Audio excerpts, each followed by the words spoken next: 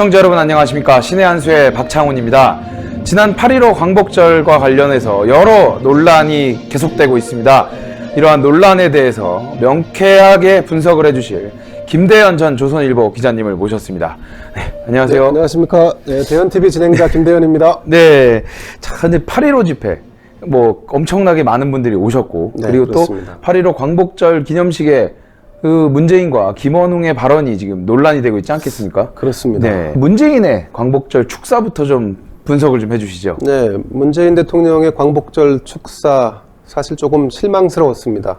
그 광복절이라 하는 것은 나라를 되찾은 날, 이 날을 기념하는 일인데 그 지도자라면 그러면 국력을 모으는 메시지를 냈어야 한다고 생각을 합니다. 그런데 이 현란한 수사와 또 감성적 연출은 있었을지 모르지만 정작 대한민국에 필요한 부국 강병의 필요성 또 사회적 대타협이라는 이 화두를 찾기가 좀 어려웠습니다. 게다가 대통령이 참석한 광복절 행사에 말씀하신 대로 김원웅 광복회장이 나와서 분열의 메시지만 남기고 갔죠. 네, 이게 참 그런 것들을 봤을 때는 과연 이들이 이 사회 통합이나 아니면은 국력을 모아서 뭔가 이 위기를 극복하려는 의지가 없고 오히려 분열을 통해서 자신들의 이득을 좀 취하려는 모습이 참 많이 보인단 말이에요. 그러니까 상대를 끌어안고 포용하는 것이 사실은 어쩌면 노무현의 정신일 수 있습니다. 그런데 이분들은 말로는 늘 노무현의 정신을 얘기하지만 실제로는 그렇지 않은 것 같아요. 그래서 제가 한번 그 경축사를 한번 비교를 해봤어요. 경축사라는 것은 청와대에 있는 참모진들이 광복절 경축사 같은 경우 특별히 신경을 써서 회의를 하고 단어 하나를 선택을 하게 되는데 자, 그러면 이 두 분의 대통령이 하나의 줄기로 이어진다라고 보는데 실제로 경축사를 비교해 보니까 좀 차이가 있었습니다. 그 예를 들면 2006년 8월 15일 노무현 대통령의 광복절 축사의 키워드는 경제성장, 그리고 한미 FTA, 북한 핵포기, 자주국방, 그리고 한미 안보 협력 등이 담겨 있습니다. 물론 그 당시에 그 경축사도 다소 상대 진영을 인정하지 않는다라는 그 비판도 좀 있었습니다. 아쉬운 대목이 있었지만 어쨌든 이러한 그 부국 강병의 고민이 좀 담겨 있다. 전체적으로 보면 이렇게 이해할 수 있는데 이에 반해서 문재인 대통령이 읽은 8월 15일 날 읽은 경축사에는 사람, 존엄, 믿음, 평화, 촛불 다소 추상적인 단어들이 줄을 이뤘습니다. 자, 뭐 이런 내용도 있었습니다. 모두가 함께 잘 살아야 진정한 광복이다. 남북 협력이 최고의 안보다. 자, 새 경제 정책 중에 우리가 추진하고 있는 게 한국판 뉴딜이라고 있습니다. 그런데 한국판 뉴딜을 설명할 때도 핵심은 사람 중심의 상생이다 이렇게 말했습니다. 자, 단어와 표현은 굉장히 아름답습니다. 미문이라고 할 만하죠. 그런데 무슨 말을 하려고 하는지 이 모호함이 가득합니다. 자, 잘 사는 것과 광복. 부장님 보시기에 이 주권 회복을 하는 것과 잘 사는 것이 엄밀히 따지면 괴를 같이 한다고 볼 수 있을까요? 아니면 좀 차원이 다른 얘기를 할 수 있을까요? 완전히 분리된 이야기 아니겠습니까? 그렇습니다. 하나는 경제적인 이슈고 하나는 뭐 이를테면 뭐 사회 아니면 정치적 이슈를 할 수 있습니다. 자, 추상적인 언어의 해석 여지는 있겠지만 그 서로 통하지 않는다 할 수 있어요. 좋습니다. 자, 뭐 이런 얘기들은 이제 100번 우리가 좀 양보할 수 있습니다. 말이 된다고 치죠. 그러면 이 내용 그 밑에는 어떻게 모두가 잘 사는 세상을 만들지에 대한 언급이 있어야 하는 게 맞겠죠. 그런데 문재인 대통령의 경축사에는 그 내용이 없습니다. 자, 현란한 수사만 있을 뿐 구체적인 내용이 없다는 건데 또 좀 전에 말씀드린 남북 협력이 최고의 안보다 뭐 이런 표현도 할 수 있겠죠. 그런데 그럼 남북 평화의 최대 위협인 핵무기, 북한 핵무기에 대해서 한 줄이라도 단어 하나라도 언급을 했어야 되는 것이 아닌가 하는 생각이 듭니다. 자, 이처럼 이 노무현 대통령의 이 경축사, 이 적어도 여기에는 북한은 남북 평화를 위해서 핵을 포기해야 한다는 당위적 명제는 다뤘거든요. 자, 문 대통령의 경축사를 쓴 사람이 누군지 모르겠습니다만은 문학적 표현력은 뭐 칭찬할 만합니다. 그런데 현실 정치와 국정 운영에 있어서 구체안을 제시하지 못했다는 점, 이 점은 매우 아쉬운 대목입니다. 이 국방의 핵심은 뭐 아시겠지만 군인의 수, 뭐 아니면 뭐 국방력, 또 뭐 훈련을 잘했느냐 못했느냐 뭐 이런 차이일 텐데 요즘 우리 군대 군인이 줄고 있습니다. 또 훈련도 축소되고 있죠. 자, 안보를 담당하는 국정원은 또 어떻습니까? 국정원이 통일부인지 좀 헛갈립니다. 그렇죠. 네, 그 역할이 좀 모호해졌는데, 자, 든든한 우방이었던 미국, 일본과의 관계도 예전 같지 않죠. 그 역대 네. 정권 가운데 가장 지금 나약한 국방력과 안보 능력을 가진 정권이 아닌가 하는 우려가 듭니다. 참 이런 것들을 봤을 때는 이들은 정말 그냥 말만 번드르게 하고 네. 그냥 뭔가 포장만 예쁘게 하는 그런 정말 내용물은 아무것도 없는 안고 없는 찐빵 같은 그런 느낌이 드는 수밖에 없겠네요. 자, 뭐 국방이든 아니면 외교든 아니면 경제든 중요한 것은 디테일에 있습니다. 네. 자, 그런데 겉으로는 아름다운 얘기, 아름다운 미문을 할 수는 있겠으나 실질적으로 보면 지금 경제 상황이 여러분 목도하시겠지만 네. 완전히 엉망이지 않습니까? 뭐 물론 코로나 여파도 있습니다만 코로나 여파 이전에도 우리 경제는 하락세를 걷고 있었습니다. 네. 그리고 안보, 국방, 지금 북한과는 이 정부가 그토록 애지중지하고 중점 사안으로 추진했으나 남북 협력, 남북 대화, 교착 상태에 빠져 있습니다. 네. 외교도 말할 건 없습니다. 그렇죠. 예, 자, 이런 상황에서 보면 이 문 대통령은 사실은 그 어떤 민중의, 대중의 힘을 하나로 모으는 어떤 메시지를 이번 광복절 경축사에서 던졌어야 합니다. 네.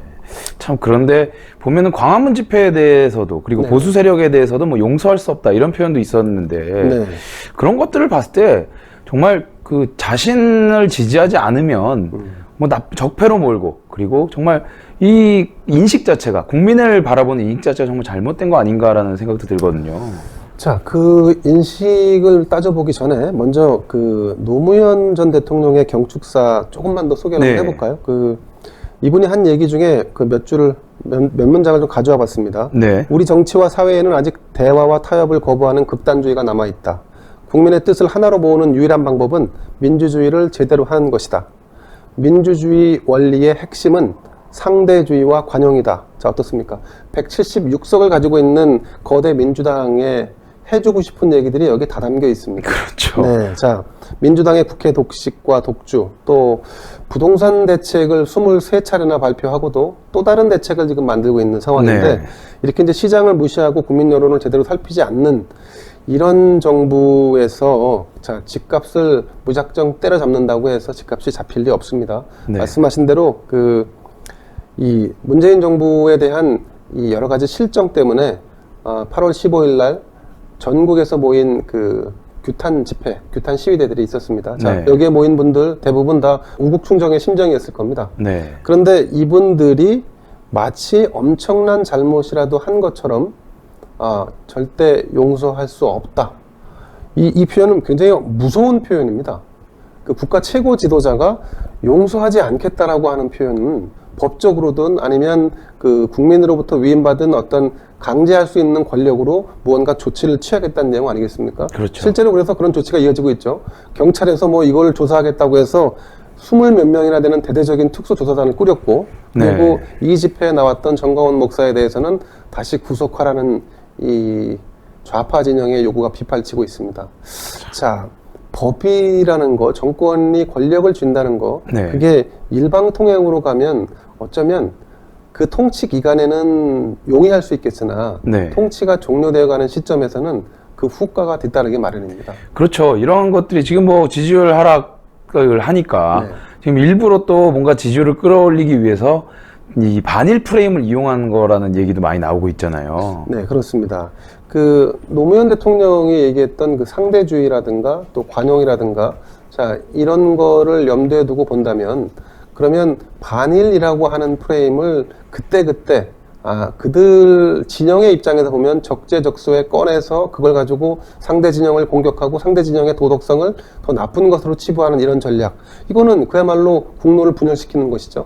그렇죠. 그 김원용 광복회장의 워딩도 저는 이제 반기문 총장의 얘기에 좀 귀를 기울일 필요가 있다 생각을 하는데 네. 그 진영의 논리 혹은 이념에 치우친 국정 운영은 결국 나만 옳다는 것이 됩니다. 그런데 국가의 원로격인 인사들이 뭔가 좀 잘못되어 가고 있다. 너희들이 가는 방향에 문제가 있다. 이런 식으로 국론을 분열시키는 조장하는 행태는 수정돼야 한다라고 얘기를 하면 그걸 받아들여야죠. 그런데 이 쓴소리를 받아들이는 게 아니라 쓴소리를 내치는 거는 물론이거니와 네. 그 발언을 하신 분의 의도가 미심쩍다 혹은 정치를 하려고 하는 것이냐 이런 식으로 메신저를 공격하니까 반기문 총장 입장에서도 참 답답한 겁니다. 그러니까요. 네. 이런 것들 보면 반기문 총장 같은 경우에 네. 이번에 지금 이제 문재인 정부에서도 뭐 특보를 맡으면서 네. 뭐 문재인 정권에 이렇게 그 좀 가까운 지금 상황 아니겠습니까? 그런데도 불구하고 이런 메시지를 내놨다는 건 그 시사한 바가 크다고 저는 생각하는데요. 자, 반기문 전 유엔 사무총장은 그 현재 뭐 기후 변화 관련된 네. 그 글로벌 어떤 단체의 직을 또 맡고 계시지만 네. 2006년도에 노무현 정권에서 외교부 장관을 하셨습니다. 그렇죠. 그리고 노무현 대통령이 적극적으로 지지해서 유엔 사무총장이 되신 분입니다. 네. 자, 자신들의 그 어떤 정신적인 그 상징이 되는 인물이 이분을 외 장관 그리고 유엔 사무총장이라는 곳에 앉힐 정도면 그 신뢰관계는 기본적으로 깔려 있다고 봐야죠. 네. 그럼 이분이 지금에 와서 현 정권을 비판하는 것은 노무현 당시 때에 자신이 경험했던 어떤 국정 운영 방식 그것과는 지금이 무엇과 어느 정도 아니면 상당 부분 다르게 운영되고 있다라고 하는 사실은 애정에서 나온 쓴소리일 수 있어요. 그러니까요. 근데 그거를 그 당시에 노무현 청와대에서 일했던 사람들이 지금 문재인 정권에 와서 반기문 사무총장을 비토한다? 그거는 뭔가 좀 역설적인 상황 아닐까요? 그러니까요. 스스로가 한번 자신의 과거를 되짚어 볼 필요가 있다 생각합니다. 그러니까요. 근데 또 김원웅 광복회 회장이 8.15 축사에서 또 분열을 일으키는 이야기를 했는데 지금 그거에 대해서도 좀 말이 많지 않습니까? 자, 광복회 회장은 아까 말씀드린 바대로 광복이라는 것은 나라를 되찾아 온 것, 그거를 그 경축하기 위해서 이 광복절이라는 것이 있고 이 광복절과 관련된 실질적 사물을 다 하는 곳이 광복회일 것입니다. 네. 그러면 광복회는 나라를 다시 잃지 않고 국론을 하나로 모으고 국력을 모으는데 어떤 메시지가 초점이 맞춰져 있어야 한다. 네. 그런데 김원웅 광복회장은 과거 뭐 운동권 출신이긴 합니다만 네. 박정희 정권 시절에 그 공화당 그리고 전두환 정권 시절에 또 민정당 그리고 나중에는 한나라당에도 몸담았던 분이에요. 그렇죠. 자, 그런데 상대 진영에 있는 사람들이 뭐 친일이다 혹은 일본에 부역했다라고 하는 후예들이다라는 식으로 이걸 몰고 가면 네. 제가 볼 땐 자기 부정이라 생각합니다. 그렇죠. 자신이 걸어온 과거의 궤적과 그리고 친일 프레임이라고 하는 궤적의 상당 부분들이 겹치는 부분들이 존재하는데 그런 걸 다 간과하고 이런 워딩을 던진다고 하면 저는 대통령도 그 앞에 있었지 않습니까? 네. 자, 대통령이라고 하는 자리는 국정 운영을 총괄하는 자리입니다. 네. 상대 진영도 있고 비판 세력도 있고 다 있습니다. 근데 이런 분열의 메시지를 던지면 그 후과가 어떻게 다가올지 어떤 비난과 비판과 또 다른 공론이 분열될 거라는 것을 가히 예측이 가능한데도 불구하고 이걸 던졌다. 저는 무책임하다고 봅니다. 그렇죠. 네. 가장 중요한 것은 문재인 대통령도 사실 네. 친일에서 좀 자유롭지는 않지 않습니까? 자기 아버지가 네. 일제시대 때 고위공무원 출신이고 네, 네. 그리고 민주당의 핵심 그 세력들 중에는 뭐 흔히 얘기하는 교과서에 나올 정도로 악질 친일파의 지금 손자도 있지 않겠습니까? 그런데도 불구하고 지금 이런 식으로 보수 진영이 무조건 친일이다 이런 식으로 가는 것은 제가 봤을 때는 일단 말 자체도 말이 안 맞는 거고 그리고 이렇게 왜 계속 분열을 시키려고 하는지 참 의도가 좀 이상합니다. 분열을 시킨 뒤에 네. 그 뒤에 그 분열에서 더 많은 다수를 본인들이 선점하겠다는 의도가 아닌가 생각이 그렇죠. 됩니다. 자, 제가 제안을 한 가지 드리겠습니다. 우리가 계속 반일 프레임 가지고 논쟁을 하고 있으니까 네. 그러면 지금 정치를 하고 있거나 고위 관료를 지내고 있는 분들 모두의 친인척 일가에 대해서 한번 전수조사를 한번 하죠. 네. 네, 전수조사를 해서 정말로 이 반일을 했고 독립투사를 했던 분들을 가려내고 네. 그리고 중간에 있던 분들 이도 저도 아니고 세상에 그냥 시류에 휩쓸려 갔던 분들 그리고 실제로 친일을 했던 분들을 다 나눠보도록 하죠. 네. 자, 그런데 다만 이 작업은 누가 해야 되느냐?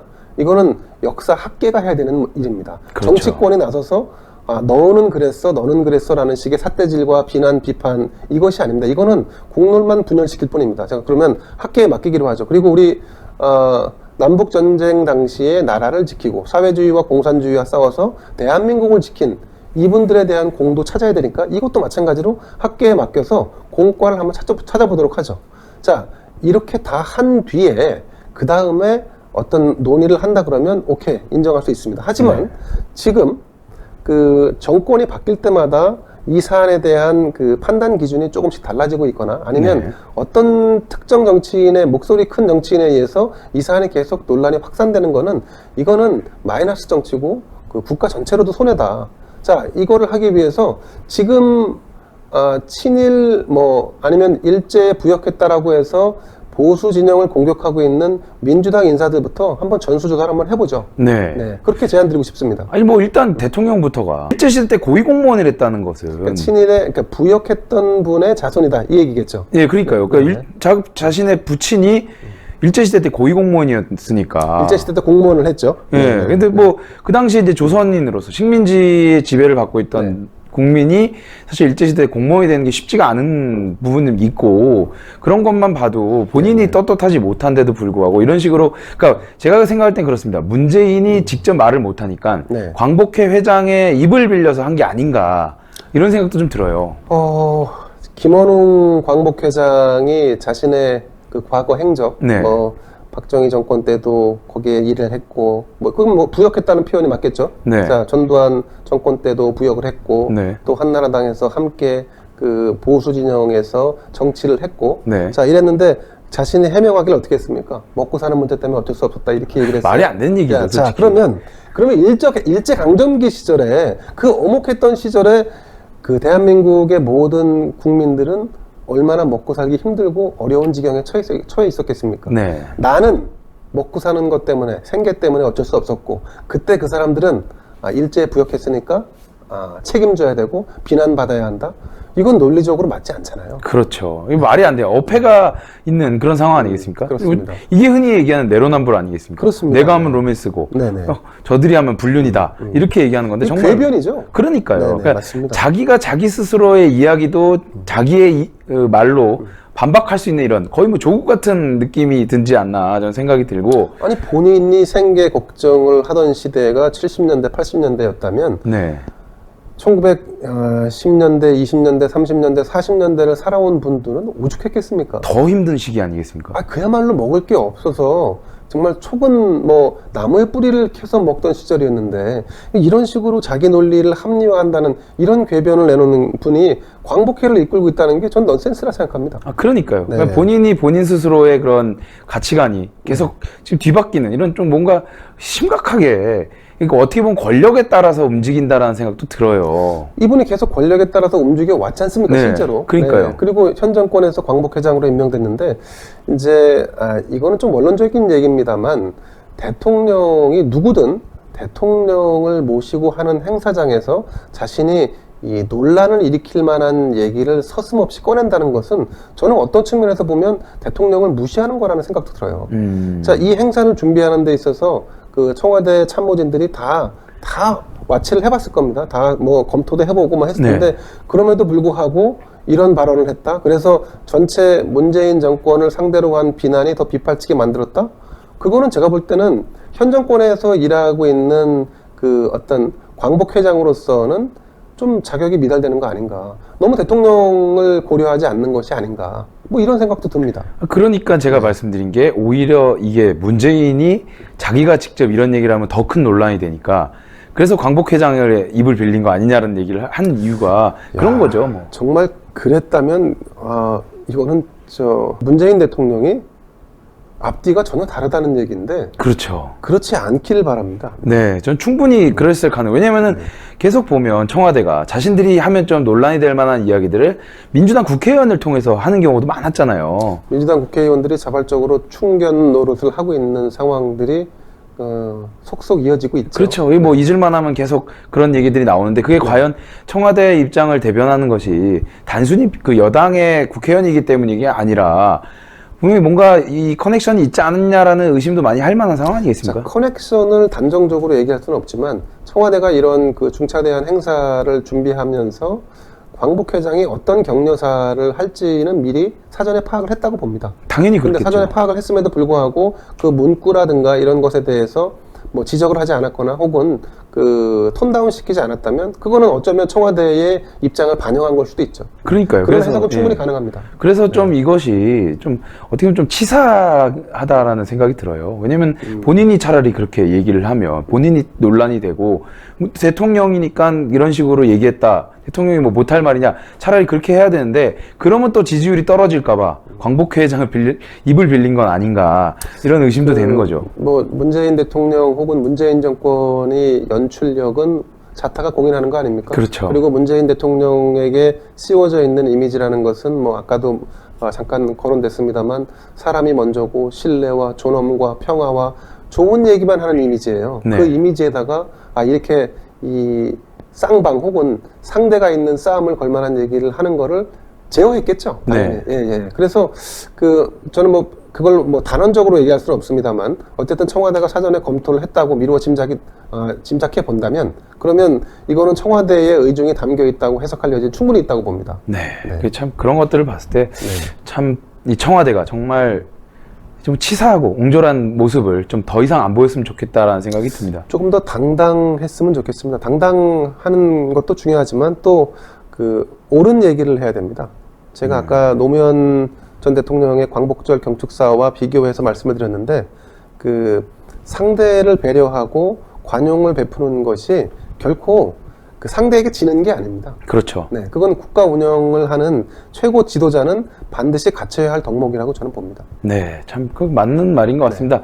자, 이제 그러면 광복절 관련된 논란은 이쯤에서 정리하시는 걸로 하고 이 부동산 계속 이슈가 되고 있고 국민들이 지금 부동산 때문에 죽을 맛인데 이 통계 오류가 있었다고요? 자, 이 정권 부동산 관련된 통계 오류가 이번이 처음이 아니죠. 네. 청와대 차원에서도 통계적 어떤 왜곡이 있었다는 그런 비판이 있었고, 그리고 지금 계속해서 부동산이 안정화 혹은 진정되고 있다라는 얘기를 계속 하고 싶은 것 같아요. 근데 실제로는 어떻습니까? 부동산이 지금 국민의 가슴을 후벼파고 멍들게 하고 있는 가장 큰 사안입니다. 우선 진성준 의원이라는 분이 KBS에 나와서 지금 현재 서울의 전셋값이 진정되고 있다고 말했는데, 근데 여기에 이제 기초자료로 활용했던 게 한국감정원의 통계였습니다. 근데 이 한국감정원도 매주 부동산 가격에 대한 변동을 조사하고 공개합니다. 근데 이 말고 민간에서 KB국민은행에서도 똑같은 통계 자료를 조사해서 나름대로 발표를 합니다. 그런데 진성준 의원은 한국감정원 통계 인용을 했지요. 8월 3일 날 0.17% 상승했는데 8월 10일 날 0.14% 상승했으니까 상승폭이 둔화되고 있고 진정 국면에 들어섰다라고 얘기하면서 동시에 국민은행 통계도 인용을 했는데 국민은행 통계는 날짜가 달랐어요. 그 전주 거를 발표했습니다. 7월 27일 날 0.29% 증가했고 상승했고 일주일 뒤 8월 3일 날은 0.21% 상승했으니까 상승폭이 줄어들고 있다. 이렇게 이제 설명을 한 거예요. 주장을 한 거예요. 그런데 나중에 알고 봤더니 감정원 거는 8월 10일까지 소개를 하고 국민은행 거는 8월 10일자를 누락한 거예요. 8월 10일자 국민은행 조사해 보면 0.41%가 상승했다라고 나왔습니다. 오히려 큰 폭의 상승을 한 건데 자신들이 주장하는 바에 구색을 맞추기 위해서 그냥 취사 선택을 한 거예요. 이런 편향적인 왜곡을 하는 이 데이터 왜곡은 이건 조작에 가깝고 사람들은 이 말을 듣고 그래 진정되고 있어 라고 오해할 소지를 만드는 거예요. 집권당이라면 정확한 자료를 인용해야죠. 그리고 이 진성준 의원이라는 분 아시겠지만 한 달 전에 7월 27일 날도 한번 문제가 된 적이 있었어요. 논란이 된 적이 있어요. 그때는 방송사에 나와서 마이크가 꺼진 줄 알고 방송 끝난 줄 알고 그렇게 해도 집값 안 떨어집니다. 이렇게 얘기했던 분이에요. 자, 한 달 만에 또다시 논란을 자초하고 있는데 부동산 정책과 관련돼서 진성준 의원은 자신의 입장과 논리를 정확히 정립한 뒤에 방송에 나오는 게 좋겠다. 그렇지 않으면 민주당의 오히려 손해다. 이런 생각이 듭니다. 그러니까요. 제가 봐도 이런 식으로 민주당이 그러니까 자기네 필요한 것만 딱딱딱 집어서 차라리 할 거면 한 기관에 있는 걸 처음부터 쭉 해야 되는데 필요한 것만 취사 선택하는 중간중간 빼 그게 무슨 통계가 의미가 있는 건가요? 그거는 통계의 왜곡이고 이 왜곡은 국민을 속이는 거예요. 이런 부분들은 제가 볼 때는 방심위에서도 이런 부분들은 지적을 해서 바로 잡아야 할 거라고 생각합니다. 방송사도 문제입니다. 그러니까요. 걸러내야죠. 그러니까요. 이런 통계 사실 아주 간단하게 잠깐만 찾아보면 알 수 있는 내용인데 사실은 알고 있는 내용이죠. 아니, 제 말은 기자들도 네네. 불러주는 대로 받는 게 아니라 실제 그렇죠. 발표된 내용을 보고 이렇게 얘기했지만 금방 확인할 수 있는 거죠. 실제는 이렇다. 네. 이렇게 사실관계를 맞게 보도하는 것이 언론의 역할 아니겠습니까? 그렇습니다. 그렇습니다. 근데 이제 이거는 그 방송사에 출연했던 이 진성준 의원이라는 분이 자신의 입맛에 맞게끔 자기 논리를 펴기 위해서 취사 선택한 통계 자료를 활용한 거죠. 그렇죠. 예, 이거는 좀 악용한 걸 수도 있죠. 네. 그러니까 자기가 사실은 이 데이터를 참 보좌진에 안 줬겠습니까? 다 줬죠. 그렇죠. 그런데 이거 이런 식으로 논리를 전개하고 이런 식으로 논리를 전개하면 내가 주장하는 바에 부합해. 오케이, 그렇게 가자라고 하지 않았을까 싶어요. 근데 그렇게 하면 안 되죠. 그렇죠. 네. 원래 진실을 다 이야기하고 네. 이런데도 불구하고 계속 지금 뭐 대책을 더 내놓고 있다. 집값을 잡기 위해서 노력하고 있다. 차라리 그렇게 얘기하면 오히려 국민들이 더 진정성 있게 바라보지 않겠습니까? 당연하죠. 자, 그리고 또 하나 있었습니다. 김어준 씨, 네. TBS 교통방송이라고 하는 이분이 뉴스공장이라는 거를 프로그램 운영하는데 네. 여기 이제 한문도 연세대 겸임 교수가 출연을 했어요. 네. 서울 아파트 평균 가격이 10억 원이 넘는다는 부동산 114 리서치 자료는 잘못됐다 이렇게 주장을 했는데 사실은 이런 주장이 오히려 잘못된 걸로 지금 드러났습니다. 네. 이제 한문도 교수나 이제 김어준 씨는 강남 4구, 또 마포, 용산, 또 성동, 광진, 양천 이렇게 이제 비싼 아파트가 몰려있는 9개 지역만 통계를 내면 10억이 넘을지 몰라도 나머지 다 합치면 그렇지 않다. 네. 이거는 왜곡이다, 가짜뉴스다 이렇게 했는데 실제로 다 합쳐보니까 10억이 넘는 거는 물론이고 네. 강남 4구 아파트 평균 가격이 10억을 넘은 지는 한참 됐습니다. 그러니까요. 왜냐면 네. 지금 이제 중위 가격이 네. 9억이 넘은 지도 좀 되지 않았습니까? 그럼요. 자, 2013년에 이 리서치 센터에서 부동산 114에서 조사를 한 거에 보면 2013년에 서울 아파트 매매 가격의 평균가가 5억 1,700만 원이었어요. 네. 그리고 작년에는 9억 5,200만 원으로 이미 네. 10억 가까이 한참 뛰어 올랐습니다. 그렇죠. 자, 올해 같은 경우는 10억 500만 원까지 올랐다는 이 자료는 사실은 누적되어 온 자료의 데이터 수치이기 때문에 틀리지 않습니다. 근데 왜 이것을 비싼 동네와 비싸지 않은 동네를 나누려고 했을까요? 왜 이런 이분법으로 갈라치기를 하려고 했을까요? 저는 이 서울 집값을 가지고 이 친정권 성향의 인사들이 이런 식으로 좀 장난을 치려고 하는 게 아닌가. 네. 자, 가진 자와 덜 가진 자.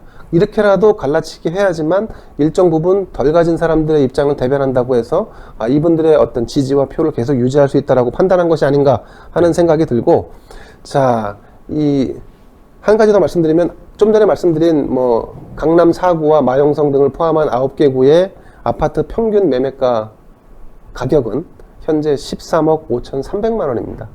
네, 엄청 비싸네요. 데이터가 틀린 걸 가지고 방송을 하면 방심위가 이걸 제재해야겠죠? 네. 방심위의 제재를 기대해 봅니다.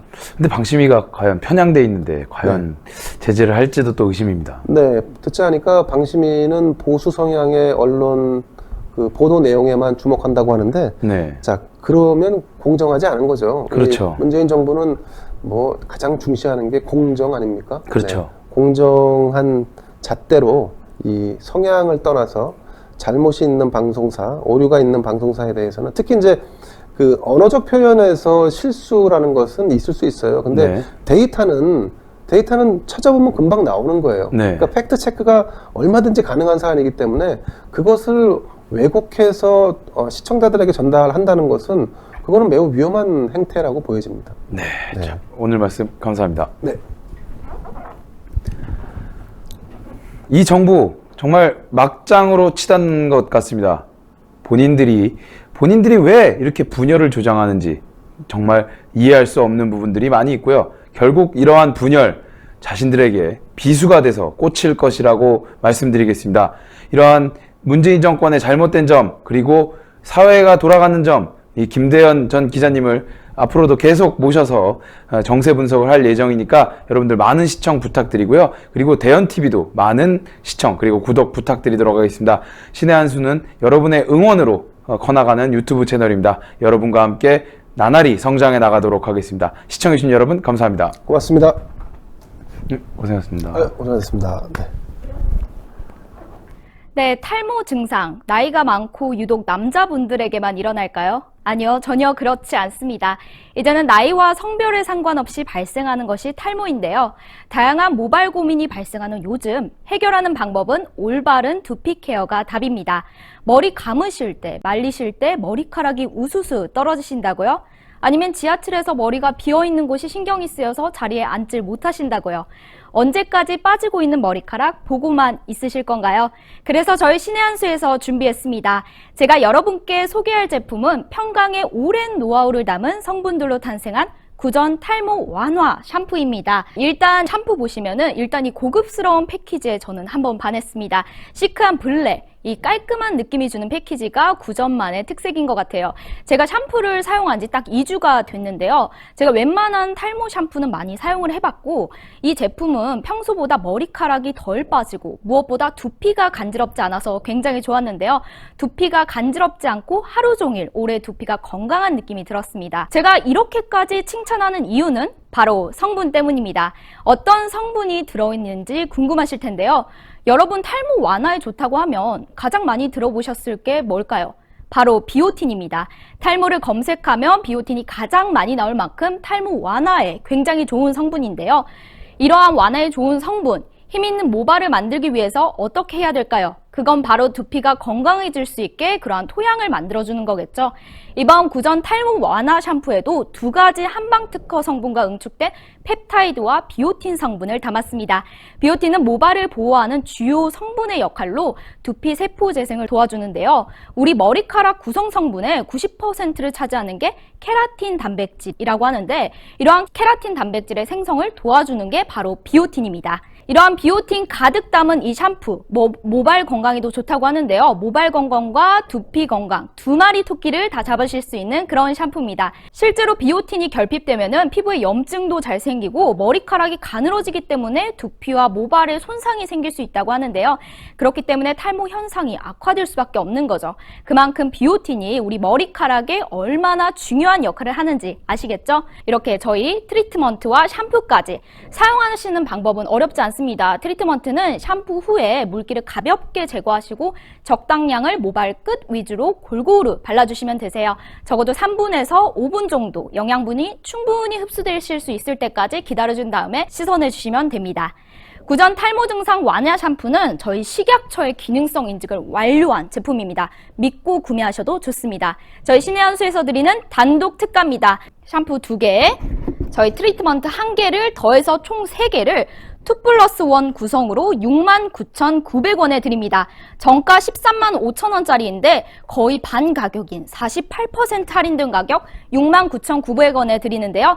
저희 신의 한 수에서만 진행되는 단독 특가라는 점, 저희가 준비한 수량이 넉넉할지 모르겠습니다. 준비한 수량이 단 판매가 되기 전에 꼭 주문 눌러주세요. 그러니 이번 좋은 기회 놓치지 마시고 010-9976-4169로 문자로 주문 넣어주세요.